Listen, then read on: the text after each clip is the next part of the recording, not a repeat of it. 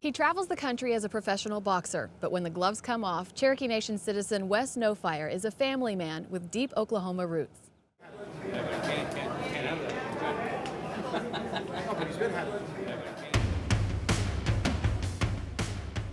I've had 19 professional boxing matches, and 19 wins, 0 losses, and 15 knockouts. Most fighters start off with an amateur background. A lot of them have a big, long pedigree of fighting since they were 10, 12 years old. Afterwards, they try to go into the Olympics and they turn pro, and eventually you'll make your way up to the top of the ranks and you'll find out whether you have it or not. In my case, I didn't start boxing until I was 21. I've had a lot of blessings and a lot of good luck and things happen for me along the way that's allowed me to get this far in my career. Something that I was able to do from the beginning was self-manage myself all the way up until where now I'm signed with Al Heyman, who happens to be one of the most powerful managers in the boxing game right now. My professional debut was in 2011, and it was at the Hard Rock in Tulsa, Oklahoma. Happened real quick, the moment the bell rung, I didn't even know I was even in the ring. Was the first minute, and then the last 30 seconds, ended up knocking the guy out in the first round. It's difficult at times, you know, you're away from your wife, you're away from your family. You just want to hurry up as fast as you can to get home. That's the best feeling as you can have, is when you're driving down the dirt road, you're finally like, I'm home, I get to relax, I get to forget about everything that was going on in camp. It's one of the most relaxing feelings you can have. It's nice to be able to come back in between fights where when I first turned professional, I wasn't able to do that, and it was really difficult at times just to be gone from family throughout the majority of the first part of my career. You know, my wife, she's super proud of me more than anything. You know, I know she's scared whenever I go in there and fight, but she has a lot of confidence, and without her, I couldn't do any of it. Early on was always the worst because I didn't get to go with him. You know, you're just sitting at home and biting your nails and waiting for a phone call. I think with each fight I get more comfortable, but with each new opponent, you know, you get more scared. You just know the next one's gonna be progressively harder, but we just say a lot of prayers, and I just, you know, this is his life and this is what he loves, and all I can do is be here to support him.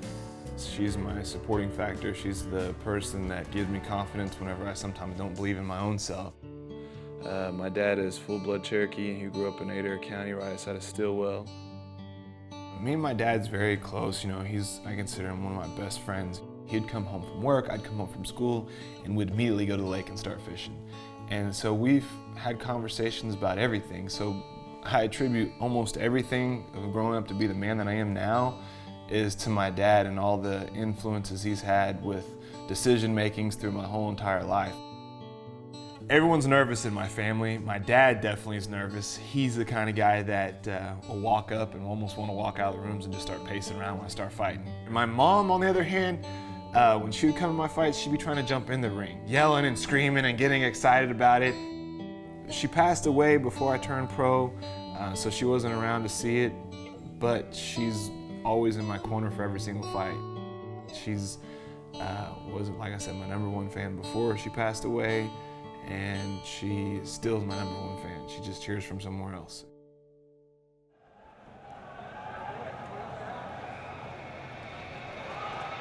Leading up to the fight, your mind starts setting a different tone for your whole entire way you live.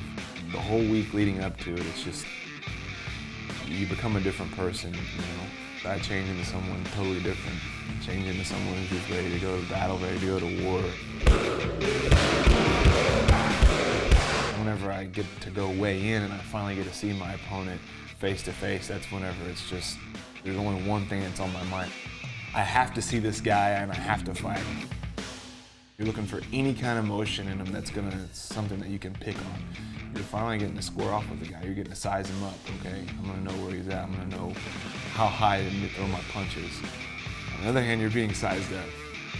But of course, come fight night, it just all goes out the window. You're gonna see what really someone has whenever it's fighting. I've had naysayers my whole entire life. Whenever I started boxing, people, even as an amateur, was just like, you can't be you're too little, you know, you're too skinny. Even this last fight, a lot of people think that I was too much of a step up. I was fighting a guy who had a good record. He had 300 amateur fights. He was a junior world champion amateur fighter. They thought he was going to be too much for me to step up, and I stepped up to the challenge, didn't believe anything they said, and proved everybody wrong.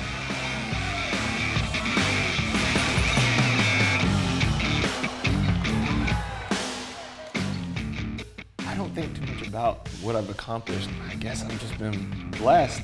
Anybody else can go out there and do things. Anybody from any rural area has the opportunity, and it doesn't matter where you're from. As long as you have faith in yourself and you have a good support system around you, you can go accomplish anything.